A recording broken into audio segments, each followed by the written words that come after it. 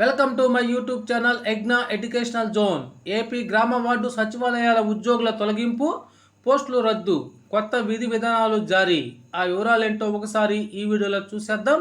చూసే ముందుగా ఫ్రెండ్స్, మన ఛానల్లో ఏపీ ఉద్యోగులు, ఉపాధ్యాయులు, పెన్షనర్లకు సంబంధించినటువంటి జీతాలు, డిఏ, ఐఆర్, పిఆర్సీ వంటి సమాచారం అందించబడుతుంది. అటువంటి సమాచారం మీకు కావాల్సినట్లయితే వెంటనే మన ఛానల్ సబ్స్క్రైబ్ చేసుకోండి. అదేవిధంగా వీడియో మీకు నచ్చినట్లయితే ఒక లైక్ చేసి మన ఛానల్ను సపోర్ట్ చేస్తారని ఆశిస్తూ ఇక విషయానికి వచ్చినట్లయితే, సచివాలయ వ్యవస్థ పైన ముఖ్యమంత్రి చంద్రబాబు కీలక నిర్ణయం తీసుకున్నారు. గ్రామ వార్డు సచివాలయ వ్యవస్థ ప్రక్షాళనకు కూటమి ప్రభుత్వం శ్రీకారం చుట్టింది. సచివాలయ ఉద్యోగులు క్రమబద్ధీకరించాలని, వారి సేవలను సమర్థవంతంగా వినియోగించుకోవాలని ముఖ్యమంత్రి చంద్రబాబు నిర్ణయించారు. కార్యదర్శుల విషయంలోనూ కీలక మార్పులు చేయనున్నారు. కొంతమంది సిబ్బందిని పట్టణాభివృద్ధి శాఖకు అప్పగించనున్నారు.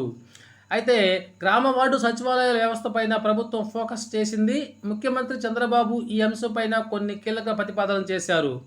సచివాలయ వ్యవస్థను ఏర్పాటు చేసిన వైసీపీ సర్కారు మానవ వనరులు సద్వినియోగం చేసుకోవడంలో విఫలమైందని అభిప్రాయపడ్డారు. గ్రామాల్లో పదుల సంఖ్యలో ఉద్యోగులను నియమించడం, వారికి జాబ్ చార్ట్ లేకపోవడం, కొందరికి పని ఒత్తిడి ఎక్కువగా ఉండటం, మరికొందరికి అసలు పని లేకపోవడంతో ఈ వ్యవస్థ ప్రక్షాళన తప్పనిసరి అని తేల్చారు. ఇక మాతృ సంస్థకు అప్పగింత అనేటువంటి విషయాన్ని చూస్తున్నాం. గ్రామాల్లో ఏఎన్ఎం, విఆర్ఓ, డిజిటల్ అసిస్టెంటు, సంక్షేమ కార్యదర్శి, మహిళా సంరక్షణ కార్యదర్శులను ఉంచి మిగిలిన వారిని మాతృ సంస్థలకు అప్పగించాలని ప్రతిపాదనలు రూపొందించారు. వారిలో ఒకరిని డీడీఓగా నియమిస్తారు. అదేవిధంగా వార్డు సచివాలయాల్లో కూడా అడ్మిన్, ఎడ్యుకేషన్ అసిస్టెంట్, సంక్షేమ కార్యదర్శి, శానిటేషన్, ఏఎన్ఎం, మహిళా సంరక్షణ కార్యదర్శులను ఉంచి మిగిలిన వారందరినీ మున్సిపల్ పట్టణాభివృద్ధి శాఖకు అప్పగించనున్నారు. ఇంజనీరింగ్ అసిస్టెంటు, అగ్రికల్చరల్ లేదా హార్టికల్చరల్ అసిస్టెంట్లు, విలేజ్ సర్వేయరు అసిస్టెంటు, పశుసంవర్ధక సహాయక తదితర పోస్టులను రద్దు చేసి క్లస్టర్ విధానంలో మాతృశాఖకు ఆధీనంలో ఉంచేందుకు ప్రణాళికలు రూపొందించినట్లు తెలుస్తోంది. అయితే పంచాయతీలకే పరిమితమైనటువంటి విషయాన్ని చూస్తున్నాం. పంచాయతీ కార్యదర్శులను పంచాయతీరాజ్ కింద గ్రామ పంచాయతీలకే పరిమితం చేయనున్నారు.